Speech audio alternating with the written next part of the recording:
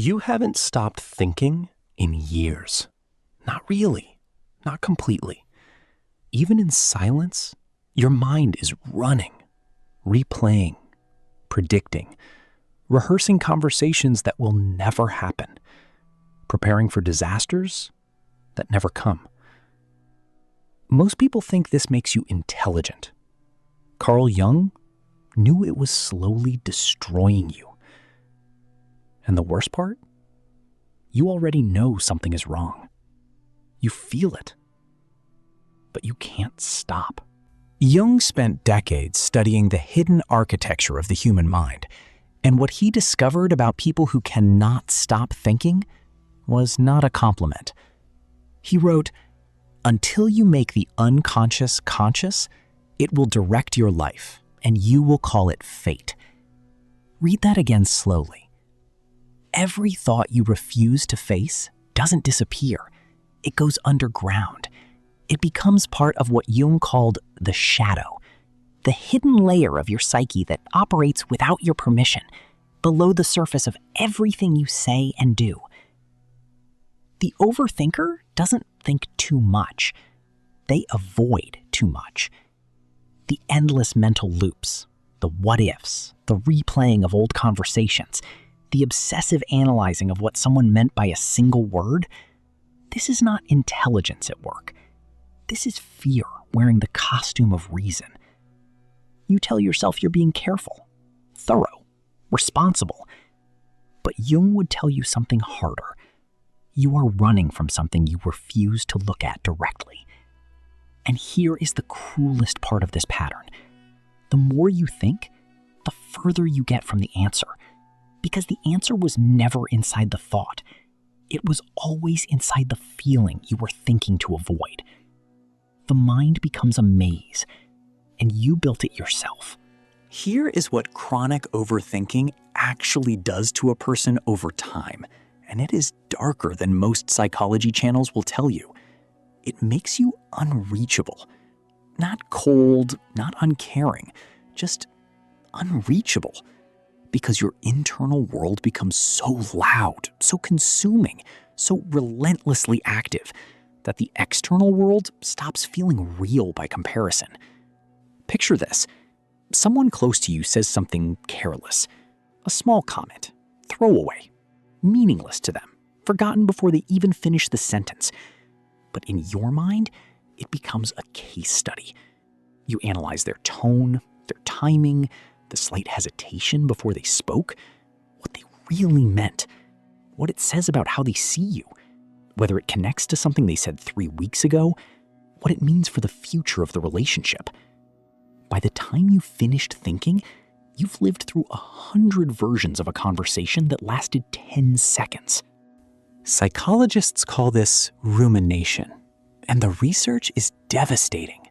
Chronic ruminators show significantly higher rates of depression, anxiety, and social isolation than almost any other psychological profile. Not because they are weak, but because their nervous system is processing reality at a frequency the world was never designed to support. But here is what the clinical research misses, what Jung saw clearly that modern psychology still struggles to articulate. The overthinker is not broken. They are sensitive beyond what their environment was built to handle. They feel more. They see more. They notice what others walk past without a second glance. And with no safe outlet for what they perceive, the mind turns inward and begins, slowly and methodically, to consume itself. Now, here is the darkest truth about people who think too much. The one that makes them the loneliest people in any room. They are surrounded by people and completely alone. Not because no one loves them, but because they can never fully believe it. Every gesture of affection gets examined. Every moment of genuine connection immediately questioned. Did they mean that? Will it last? What happens when they finally see who I really am underneath all of this? The overthinker cannot receive love cleanly. It always arrives already contaminated by doubt. Nietzsche understood this kind of mind. He wrote, "The higher we soar, the smaller we appear to those who cannot fly." That is the precise curse of the overthinker. They perceive things others cannot access. They feel depths that most people will never come close to. But that perception, that depth, does not connect them to the world. It separates them from it. Because the world does not reward people who feel everything. The world rewards speed, decisiveness, action without hesitation.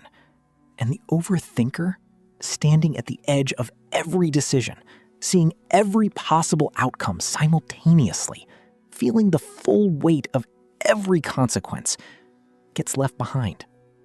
Not because they are weak, because they are too aware. And awareness without action is not wisdom. It is a prison with no visible walls. The mind that cannot rest eventually turns against the person it lives inside. Not dramatically, not all at once. Quietly, the way water erodes stone. So slowly you don't notice until the damage is already irreversible. You don't burn out from thinking too much. You disappear. Jung said the most terrifying journey a person can ever take is the one inward.